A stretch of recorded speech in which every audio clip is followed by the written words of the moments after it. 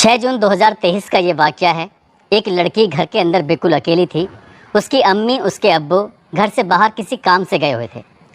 बड़ा भाई बाहर खेल कर जब अंदर घर में आता है तो अपने अम्मी, अपने अब्बू को लगातार आवाज़ लगा रहा था, लेकिन आवाज़ पर कोई रेस्पॉन्स नहीं आ रहा था। वो देखता है कि उसकी बहन चारपाई पर लेटी हुई है। तभी मौका पाते ही वो अपनी बहन के पास जाकर लेट जाता है। उसके पास लेटकर उसके साथ अश्लील हरकतें करना शुरू कर देता है। उसको बुरी नीयत से दबोच लेता है, उसके शरीर के अलग अलग हिस्सों को छूने लगता है।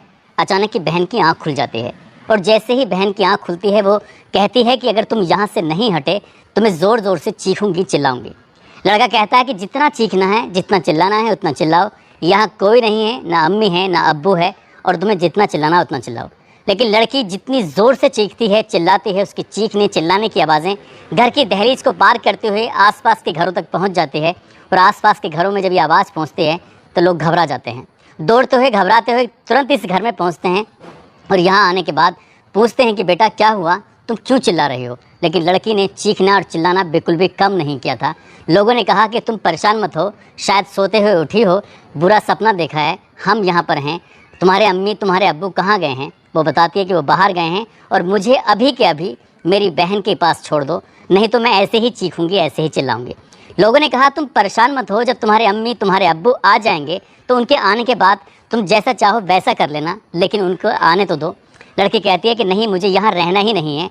तब कहीं जाकर जब उसके माँ बाप आते हैं उसके बाद कुछ फैसला लिया जाता है। लड़की जितनी ज़ोर से चीखी थी, जितनी ज़ोर से चिल्लाई थी, उसकी चीखें, उसके चिल्लाने की आवाज़ें 3 साल के बाद निकली। काश 3 साल पहले वो इतनी ज़ोर से चीखी होती, चिल्लाई होती तो ये कहानी कभी नहीं बनती। इस कहानी को सुनने के बाद, इस घटनाक्रम को सुनने के बाद शायद आपका भी रिश्तों से भरोसा छूट जाएगा, आपका भी इंसानियत से भरोसा छूट जाएगा। आज की जो सच्ची घटना मैं आपको सुनाने जा रहा हूँ, ये सच्ची घटना है उत्तर प्रदेश का एक ज़िला है प्रतापगढ़ और उसी की नगर कोतवाली क्षेत्र का एक मोहल्ला लगता है लेखपाल कॉलोनी। दरअसल लेखपाल कॉलोनी में बात कर रहा हूँ साल 2012 की। एक दंपति, पति और पत्नी की अचानक से मौत हो जाती है। उनके पीछे दो बेटियां होती हैं। एक बेटी 6 साल की होती है, एक बेटी थोड़ी बड़ी होती है। घर में बस अब उनकी दादी और बच्ची थी। खाने कमाने का कोई ज़रिया नहीं था। दादी अपनी दोनों पोतियों को लेकर बेइंतहा परेशान रहती थी, रोती थी, बिलखती थी कि आखिरकार उनकी परवरिश कैसे होगी, ये कैसे आगे बढ़ेंगी, कैसे ये पलेंगे।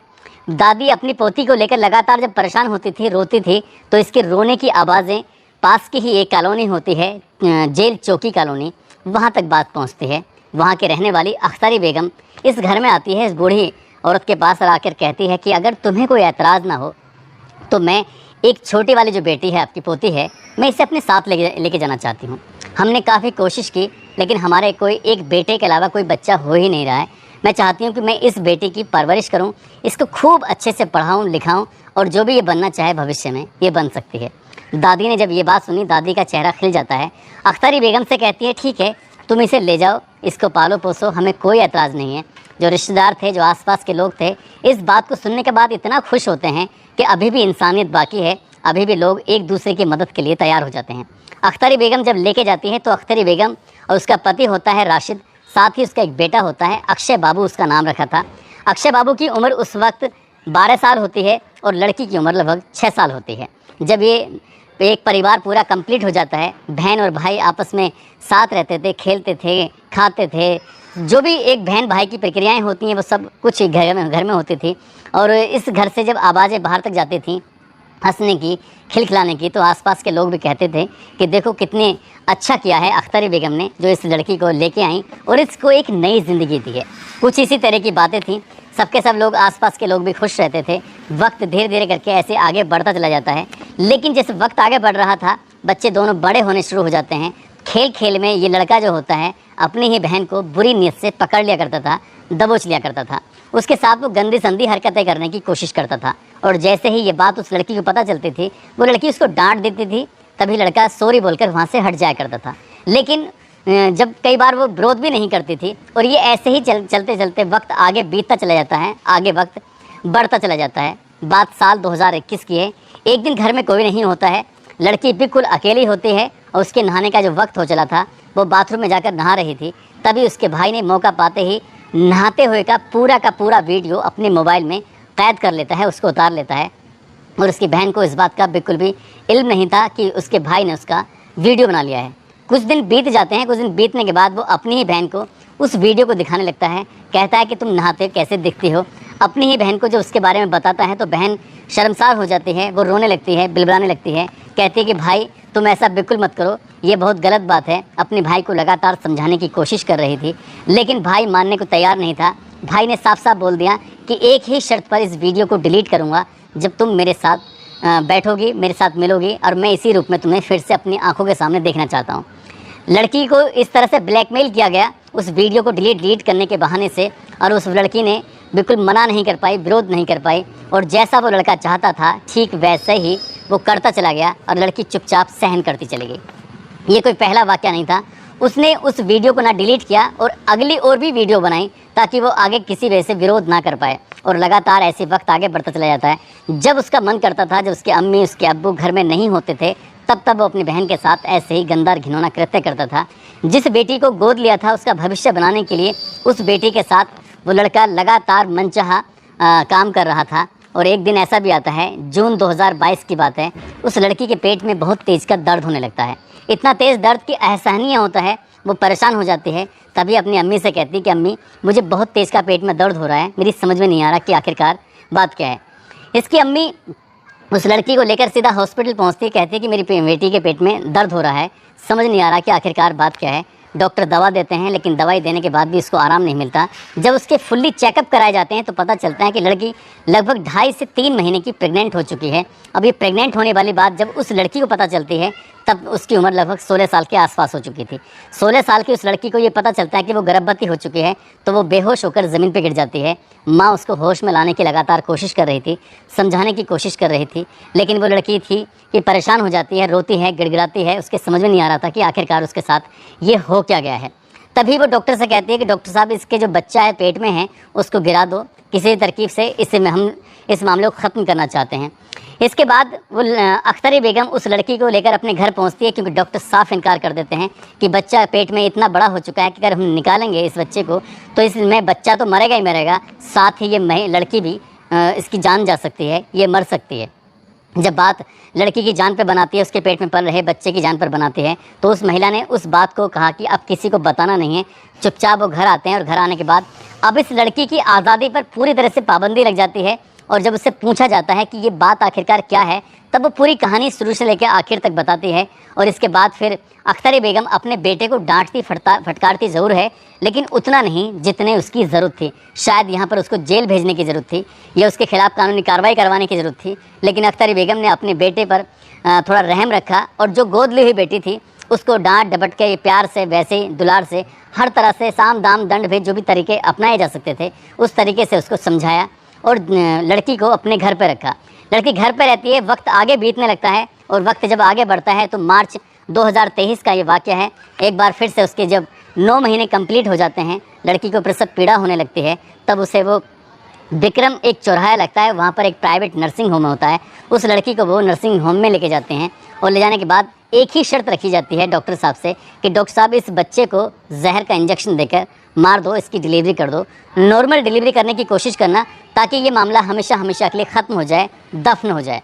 लेकिन जब इसका ऑपरेशन वगैरह तो कुछ नहीं होता, लेकिन नॉर्मल डिलीवरी ही होती है। नॉर्मल डिलीवरी होने के बाद एक बेटी को वो जन्म देती है, लेकिन जब इसको जहर का इंजेक्शन देने की बात आती है, लड़की उस वक्त बेहोश थी जब बच्चा पैदा करती है, तो जहर का इंजेक्शन देने की बात जब आती है तो डॉक्टर साफ मना कर देता है, इनकार कर देता है कि हम इस बच्चे को मारेंगे नहीं।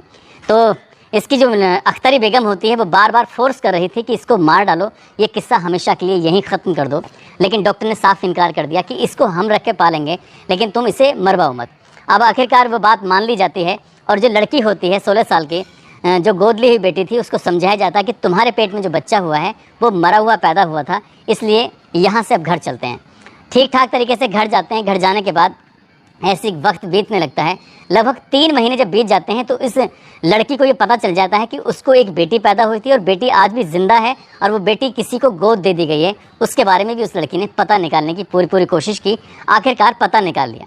पता निकालने के बाद वो सीधे उसी हॉस्पिटल में जाती है और उसी हॉस्पिटल में जाने के बाद जाकर गुहार लगाती है कि जो मेरी बेटी है वो मुझे वापस कर दो और मैं अपनी बेटी को लेकर कहीं अलग चले जाऊँगी। जब इस बेटी अपनी बेटी को मांगने के लिए जाती है तो हॉस्पिटल संचालक उसको डांट फटकार कर यहाँ से भगा देते हैं। साथ ही अख्तरी बेगम को फ़ोन करके कहते हैं कि ये लड़की हॉस्पिटल में आ गई है और यहाँ आने के बाद चीखने चिल्लाने की कोशिश कर रही है, इसको यहाँ से लेके जाओ, मामला ज़्यादा ख़राब हो जाएगा। अगर बवाल हो गया तो बात तुम्हारे लिए भी आफत खड़ी हो सकती है और तुम्हारे बेटे के लिए भी आफत खड़ी हो सकती है। अब इस लड़की को वापस घर पे लाया जाता है। अख्तरी बेगम, उसका पति राशिद, उसका जो बेटा होता है अक्षय बाबू, उसको समझा रहे थे। प्यार से नहीं मानी तो उसको मारा गया, पीटा गया, करंट लगाया गया और उस लड़की को पूरी तरह से टॉर्चर किया गया कि आज के बाद उस बच्ची का नाम नहीं लेना है जो यहाँ से चला गया है। इसमें तुम्हारी भी बदनामी होगी, हमारी भी बदनामी होगी। उस लड़की को पूरी तरह से शांत कर दिया जाता है, चुप कर दिया जाता है। अब लड़की ने कोई शोर नहीं मचाया। लेकिन 6 जून 2023 को एक बार फिर जब इस घर में उस लड़की के माँ बाप, जो उसके सौतेले माँ बाप थे, वो नहीं थे, जिन्होंने गोद लिया था, वो कहीं बाहर गए होते, भाई भी बाहर गया हुआ था, लड़की सो रही थी। अचानक ही उसका भाई आता है और भाई ने उसको बुरी नीयत से दबोच लिया और दबोचने के बाद उसके साथ एक बार फिर से रेप करने की जब कोशिश की तो उस लड़की ने बहुत ज़ोर ज़ोर से चीख के आसपास के सभी लोगों को मौके पे बुला लिया। और मौके पे बुलाने के बाद तब वो अपनी बड़ी बहन के पास जाती है और बड़ी बहन से कहती है, पूरी कहानी बताती है। बड़ी बहन ने जब ये पूरी कहानी सुनी तो उसका भी रो रो कर बुरा हाल हो जाता है। तब वो नज़दीकी पुलिस स्टेशन जाते हैं और पुलिस स्टेशन जाने के बाद पूरी कहानी, पूरा वाक़या बयां करते हैं और कहते हैं कि इनके साथ जो हुआ है अब हमें इंसाफ चाहिए, हमें वो बेटी चाहिए। पुलिस आखिरकार इस मामले में गंभीरता से लेती है और गंभीरता से लेने के बाद अब मुकदमा दर्ज करती है। इसमें 9 लोगों के खिलाफ मुकदमा दर्ज होता है, जिसमें अख्तरी बेगम होती है, उसका पति होता है राशिद, उसका बेटा अक्षय बाबू होता है, विक्रम चौराहे वाला जो नर्सिंग होम था उसका संचालक और उसकी जो संचालिका होती है उसके खिलाफ भी मुकदमा होता है। साथ ही छोटे बाबू होता है, एक शेबा, अब्बास और नाहिद, कुल मिलाकर 9 लोगों के खिलाफ मुकदमा दर्ज करके जैसे इलाके के एसएसपी होते हैं सतपाल अंतिल, इन्हें मामले की जांच देते हैं और कहते हैं कि जितनी भी जल्दी हो सके इस बेटी को इंसाफ दिलाना है। हालांकि उन्होंने कोशिश की थी कि ये मामला मीडिया में नहीं आना चाहिए, क्योंकि इस बेटी के साथ जो हुआ है वो शायद इस सदमे को जब लोगों को पता चलेगा तो बर्दाश्त नहीं कर पाएगी। लेकिन बात ये मीडिया तक पहुंचती है, अखबारों में और सोशल मीडिया पर जब खबर फैलती है तब एक भाई और बहन के बीच का जो रिश्ता था ज़माने के सामने आता है। गोद ली हुई बेटी के जो माँ बाप होते हैं उनकी असलियत लोगों के सामने आती है। तो इस कहानी को सुनने के बाद लोगों का इंसानियत से ऐसा लग रहा है जैसे भरोसा ही हट गया है। ऐसा लग रहा है कि रिश्ते जो हैं सिर्फ फिजूल के रिश्ते हैं, इन रिश्तों में कोई दम नहीं बचा है। दोस्तों, इस पूरे घटनाक्रम को सुनाने का उद्देश्य किसी को परेशान करना नहीं है, किसी का दिल दुखाना नहीं है, बल्कि आपको जागरूक करना है, आपको सचेत करना है।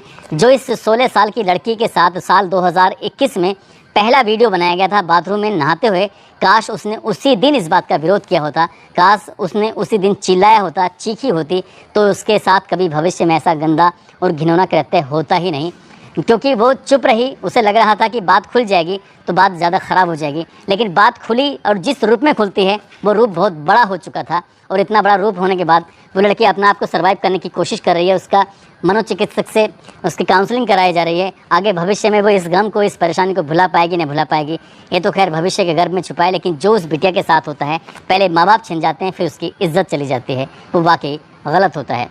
जाते जाते आज राजस्थान के रहने वाले हितेश राठी हैं, सुमन हैं और नीरा हैं। आज इनका जन्मदिन है। इनको जन्मदिन की बहुत सारी शुभकामनाएं, बहुत बहुत मुबारकबाद। साथ ही एक ऐसे हमारे दर्शक हैं, वो अपनी आंखों से देख नहीं सकते, लेकिन उन्होंने आज एक मैसेज लिखा है, वो बड़ा भावुक करने वाला मैसेज है। उनका कहना है कि मैं तुम्हारी आवाज़ सुनता हूँ, आवाज़ सुनने के बाद तो महसूस करता हूँ कि तुम जिस तरह से बोलते हो, सामने वाली की पीड़ा को अपनी पीड़ा समझ के जब बताते हो, तो वाकई बड़ा दुख होता है कि समाज में ऐसे ऐसे लोग हैं। इससे उस व्यक्ति की आंखें नहीं हैं और वो बचपन से ही ऐसा है, उनका नाम नहीं लिखा हुआ था। अगर वो अपना नाम लिखेंगे तो मैं अगली वीडियो में उनका नाम लेने की ज़रूर कोशिश करूँगा। दोस्तों, अपना ख्याल रखें, सुरक्षित रहें। जय हिंद, जय भारत।